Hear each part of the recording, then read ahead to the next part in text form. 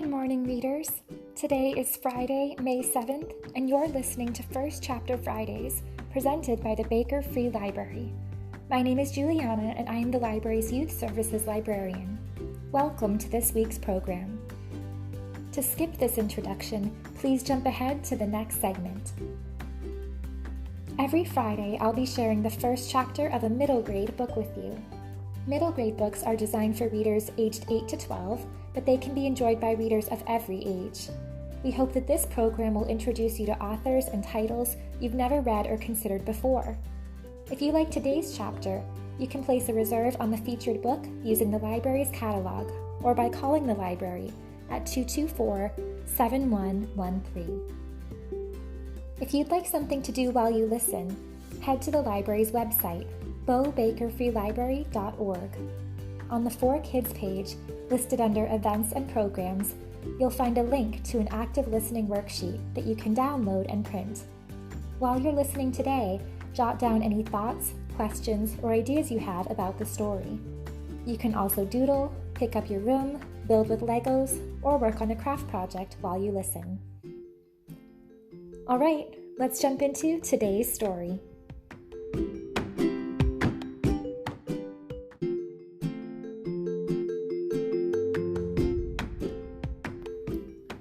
As we travel the world with the projects in this month's Creative Kit, our First Chapter Friday selections will too.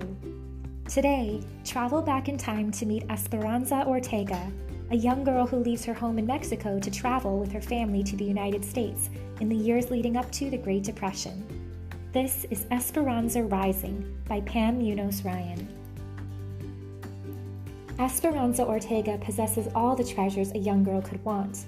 Fancy dresses, a beautiful home filled with servants in the bountiful region of Aguascalientes, Mexico, and the promise of one day rising to Mama's position and presiding over all of El Rancho de las Rosas.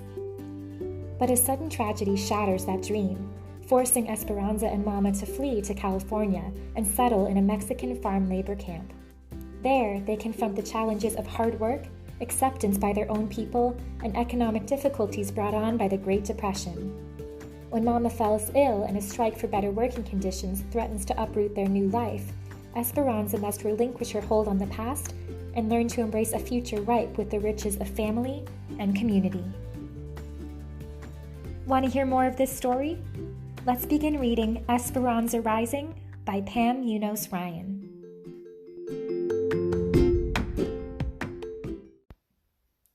Chapter 1.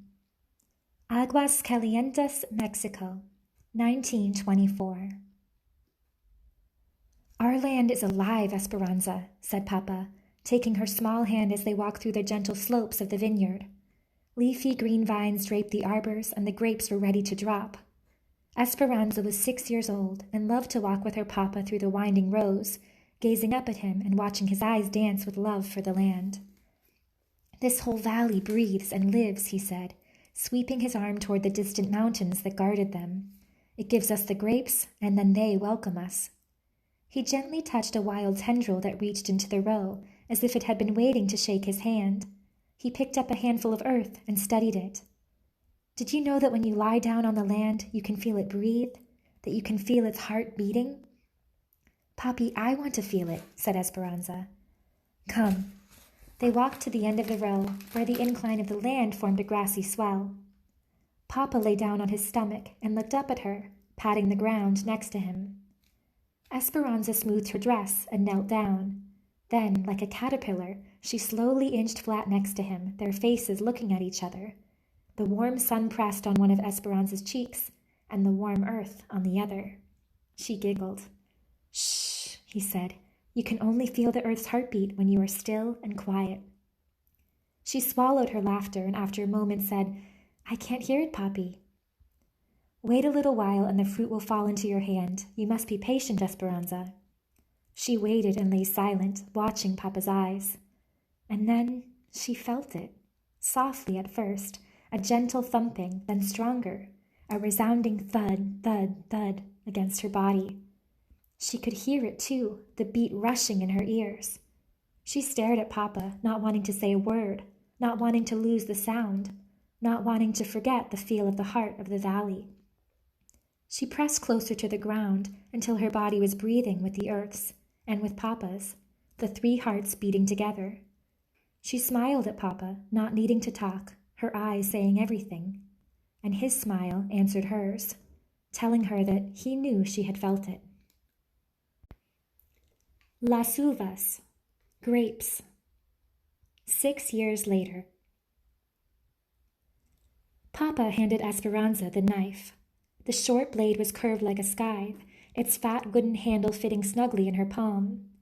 This job was usually reserved for the eldest son of a wealthy rancher, but since Esperanza was an only child and Papa's pride and glory, she was always given the honor.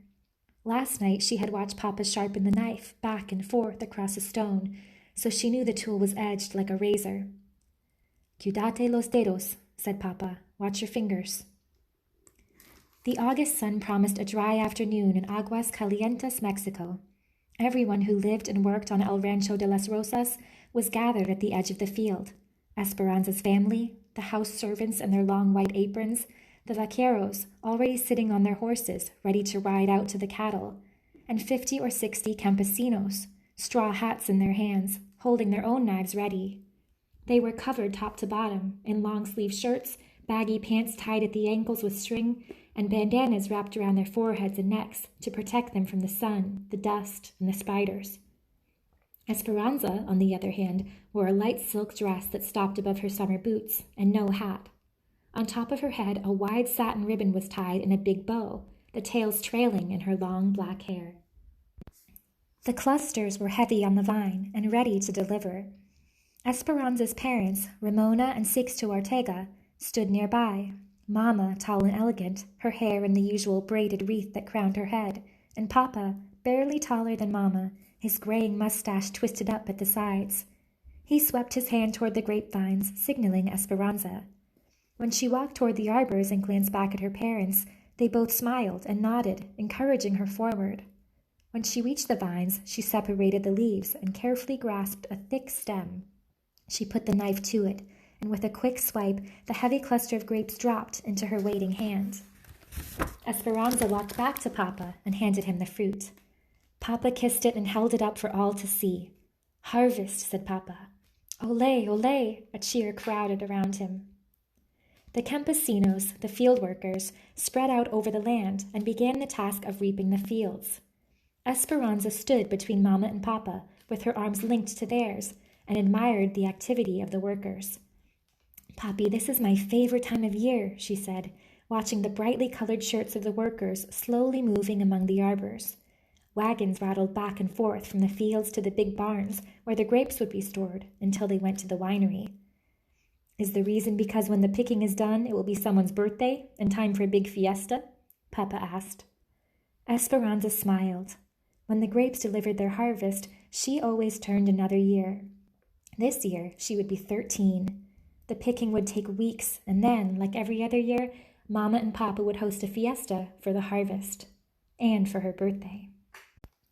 Marisol Rodriguez, her best friend, would come with her family to celebrate. Her father was a fruit rancher, and they lived on the neighboring property. Even though their houses were acres apart, they met every Saturday beneath the holm oak on a rise between the two ranches. Her other friends, Chita and Bertina, would be at the party too, but they lived farther away and Esperanza didn't see them as often. Their classes at St. Francis didn't start again until after the harvest, and she couldn't wait to see them. When they were all together, they talked about only one thing, their quinceañeras, the presentation parties they would have when they turned 15. They still had 2 more years to wait, but so much to discuss. The beautiful white gowns they would wear, the big celebrations where they would be presented, and the sons of the richest families who would dance with them. After their quinceañeras, they would be old enough to be courted, marry, and become las patronas, the heads of their own households, rising to the positions of their mothers before them. Esperanza preferred to think, though, that she and her someday husband would live with Mama and Papa forever, because she couldn't imagine living anywhere other than El Rancho de los Rosas, or with any fewer servants, or without being surrounded by the people who adored her.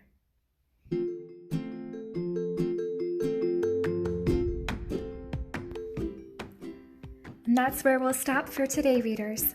If you'd like to hear more of this story, Call the library or visit BoBakerFreeLibrary.org to reserve Esperanza Rising by Pam Muñoz Ryan. If you like this story, you might enjoy other books by author Pam Muñoz Ryan, including Echo, a musical mystery that spans 3 locations, including California, Pennsylvania, and Germany, and Mañana Land, her newest book, about the mythical power of stories. Thank you for listening to this episode of First Chapter Fridays. Tune in again next week for another great story.